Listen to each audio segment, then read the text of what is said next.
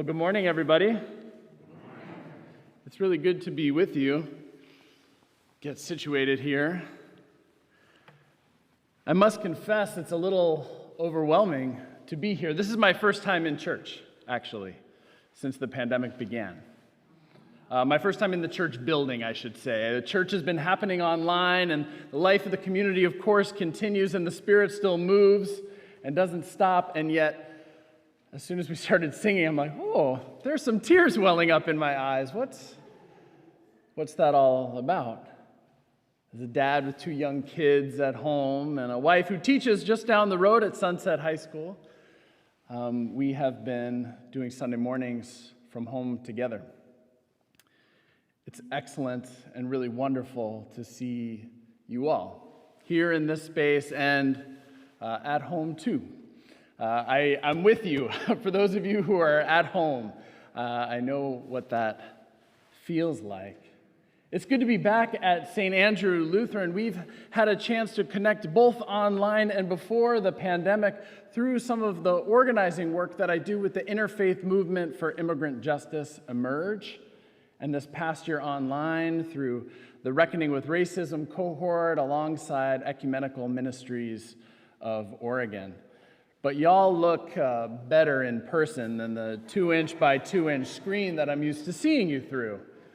You're a good-looking bunch here at St. Andrew Lutheran Church in Beaverton. Now, I've been thinking a little bit about these transitions from season to season and how to try to create some ritual so that one season just doesn't blend into the next season, blend into the next season.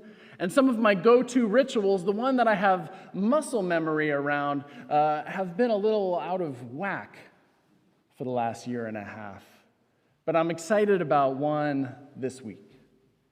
A transition ritual that my family makes each year as we take a little pilgrimage from our home in northeast Portland over to southwest Portland and go sit in a field with a bunch of other people, this time hopefully vaccinated and masked, and we watch the swifts. Have you done that? Some of you are nodding your head. Maybe you've seen them driving out to Salem sometime. These swifts, these starlings that murmurate together. They create kind of like this giant cloud of birds flying in sync with one another. Now, I'll be honest, true confessions, I have a little bit of a bird phobia. And so it is both this moment laying there, watching the swifts of awe at the dance of creation, and terror, afraid that at any given moment they're going to swoop down and we need to start running. The swifts remind me that I'm human, that I can experience and contain the multitude of awe and a little bit of fear at the same time. You see, I've learned a little bit about the swifts over this last year. I learned that there isn't a central leader that all of the birds are following, but rather people who study this kind of thing have discovered that the birds move like they do by paying attention to their 7 closest neighbors. And then, as their 7 closest neighbors have encounters with the world around them, they're able to adapt and move together in powerful, powerful ways.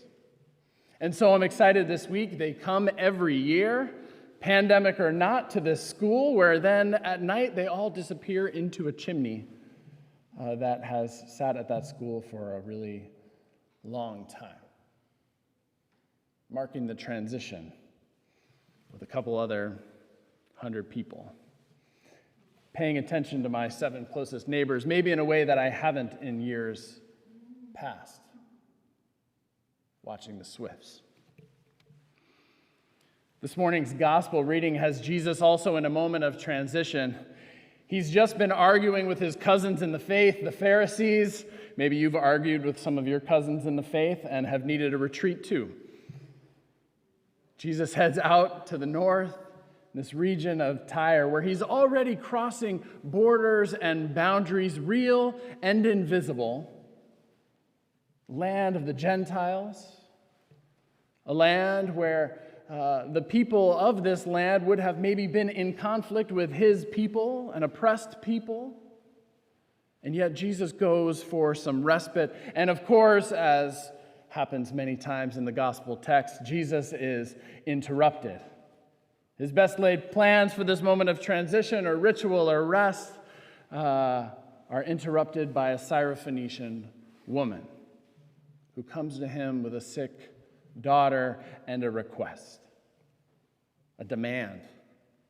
And Jesus has an encounter that maybe leaves him a little bit different too. Now the woman was a Gentile of Syrophoenician origin. She begged him to cast the demon out of her daughter. He said to her, "Let the children be fed first, for it is not fair to take the children's food and throw it to the dogs."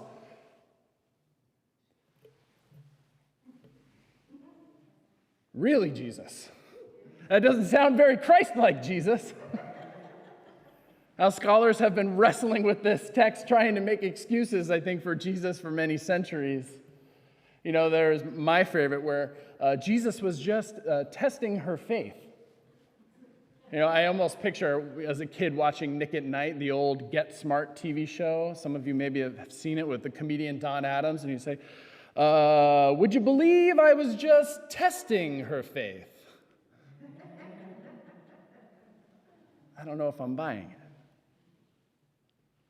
Scholars have wondered, is this a moment where we understand this great doctrine that came out of the Council of Chalcedon, where we proclaim that Jesus is 100% divine and Jesus is 100% human in paradox at the same time?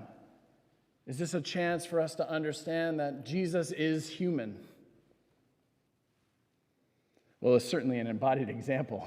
It sounds like something one of us might do, not Jesus. "Sir, even the dogs under the table eat the children's crumbs."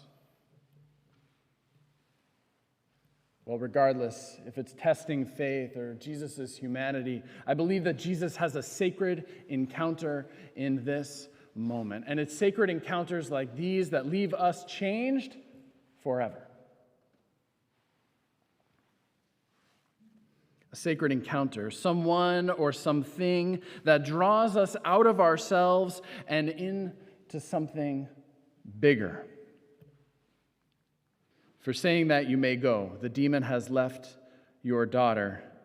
So she went home, found the child lying on the bed, and the demon gone. Her life changed forever. But Jesus' ministry and mission, the kingdom of God that is at hand, this liberation for the people who have been oppressed, is going to look different from here on out.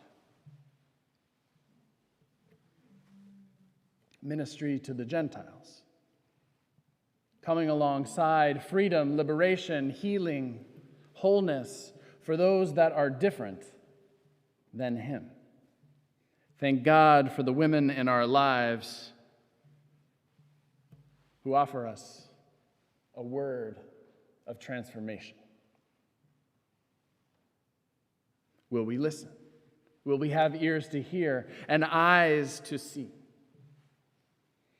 I wanted to come this morning and accepted the invitation early this summer on the heels of your vote as a congregation to declare yourselves a sanctuary congregation, standing in the lineage of sanctuary congregations since the early 1980s that took in asylum seekers and refugees and people of mixed documentation alongside their families, saying, "We know that the system is broken, and in the meantime, we are going to stand with people, including people who may be different than us, people whose instincts might be for us, like Jesus is here, to dismiss them because of their status, because of their nation of origin, for fill-in-the-blank reason. And yet, in declaring sanctuary, we trust in the posture and practice of sacred encounter. That in our mission and ministry, we will be transformed in mutuality together. Thank you for that vote. Thank you for saying yes to walking that path. Some of my work with Emerge, I've had to do a deep dive. For me, Together Lab and the work of Emerge, and my role in it is cultivating leader-full movements and ministries around the state. So how are we developing leaders, activating and awakening them at every single step, even folks who don't see themselves as a leader, and certainly leaders who don't get invested in when they don't fit the traditional pipelines of what we tend to invest in, as Susan mentioned earlier. But I've also had to learn some things like policy and how a bill becomes a law. You know, what I learned as a kid watching Schoolhouse Rock, I'm looking around for other kids. Yeah, Allison, how a bill becomes a law. You know, they had this great I'm Just a Bill on Capitol Hill. And I mean, it's very informative about how a bill becomes a law. But what it doesn't say is that in movement work, in the murmuration of God, I'm convinced that systems, unjust systems that oppress, that leave us longing for healing, they're not transformed just through an orderly process of how a bill becomes a law, but I'm convinced at their origin, at their root, are a sacred encounter that leaves us transformed, that leaves us not being able to go back to the status quo and business as usual, that leaves us like Jesus in this moment with a transformed ministry and mission. I think of a few years ago when we set on a path together. St. Andrew was a part of this, and we launched a sanctuary cohort. We had teams of 5 to 7 people agree to fly together for a 6-month season from churches and congregations throughout Washington County. And maybe in month 3, we had a sacred encounter when a member of one of the congregations, Spanish-speaking congregation in Hillsborough, a member was detained by Immigration and Customs Enforcement while they were going to do their business just at the county courthouse. And in that sacred encounter, in hearing the story and walking with that person, an entire system of injustice was unveiled. How can our community be safe? How can our people not live in fear when going to do your business at the courthouse, as any one of us might do? Someone in an unmarked vehicle without a badge or identification might come and take you. And so the murmuration was activated. And we began to walk, and we began to hold vigil outside of that county courthouse in Hillsborough. Maybe some of you were there. And over time, we learned where the decision-making ability could help us transform this policy.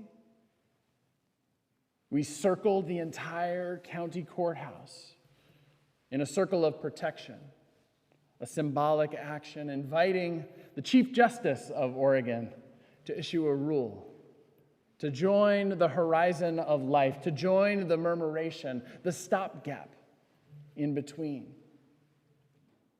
And she did, because she had an encounter with the story that had then become stories, plural. People of faith and people of fierce love who had had a sacred encounter, and then stitched together more and more sacred encounters. And I'm glad to say that this last spring, how a bill becomes a law, in the state legislature we passed the Sanctuary Promise Act, which now codifies that emergency ruling from the Chief Justice. That all started with one sacred encounter. And maybe even started before that. A willingness to have a posture, to be open to the interruptions of life. Interruptions that can leave us in awe, and interruptions that can leave us maybe a little bit, if you're anything like me, fearful too. The complexity, the multitude that we contain within each and every one of us. So, friends, what are the sacred encounters that you've experienced? What have you seen? What have you heard? Where are your ears being challenged to be opened this week? this year, this decade, that are leaving you different, opened up, drawn out from yourself than you were 2 weeks ago, or 2 months ago, or 20 years ago. I'm convinced God's not done with us yet. That sacred encounters where we see the other and meet the divine on the road can open us up in powerful ways. So yes, maybe this story is about Jesus' humanity, or God come to dwell with us in those parts of ourselves that feel most vulnerable in a sacred encounter. Maybe when we get it wrong, or when our ancestors have gotten it wrong, or maybe it's the part of ourselves that we don't want to share with someone else because it's too tender. And yet God comes to dwell with us, and we fly together, adapting and murmurating towards a horizon of more life. Life for all. Amen.